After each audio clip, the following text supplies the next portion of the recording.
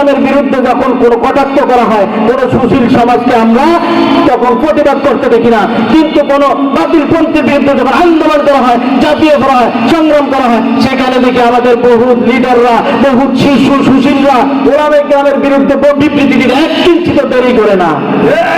এই প্রথম আলো নামক বাংলাদেশের ষড়যন্ত্রকারী পত্রিকা, সন্ত্রাসী পত্রিকা, এই ইসলাম নামক সন্ত্রাসী পত্রিকাগুলো যখন বিগত 13 বছরে মুসলমানদেরকে, দাড়ি টুপিওয়ালাদেরকে জঙ্গি নাটক সাজিয়ে তাদেরকে ফাঁসিস্ট রাষ্ট্রে ঝুলাতে সহযোগিতা করেছিল, তারা দেশের বিরুদ্ধে চক্রান্ত করেছিল, এরা যখন ইসলামের বিরুদ্ধে, দেশের বিরুদ্ধে, স্বাধীনতার সার্বভৌমত্বের বিরুদ্ধে যখন তারা চক্রান্ত করেছিল, তখন কোন সুশীলরা এদের বিপক্ষে বিবৃতি দিতে পারে নাই, প্রস্তুত হয় নাই।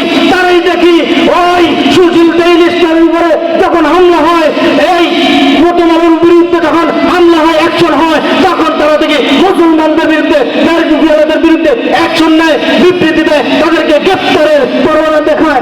আমরা বলতে চাই, তোমাদের মতো সুশীলরা এই 93% মুসলমানের দেশে এক ইঞ্চি জায়গা পাইবে না। মুসলমানের রক্ত থাকতে তোমাদেরকে বাংলার বুকে থাকতে দেওয়া হবে না। তোমাদের ক্ষমতার এই মস্ত তর্ক কেঁপে উঠবে ইনশাআল্লাহ।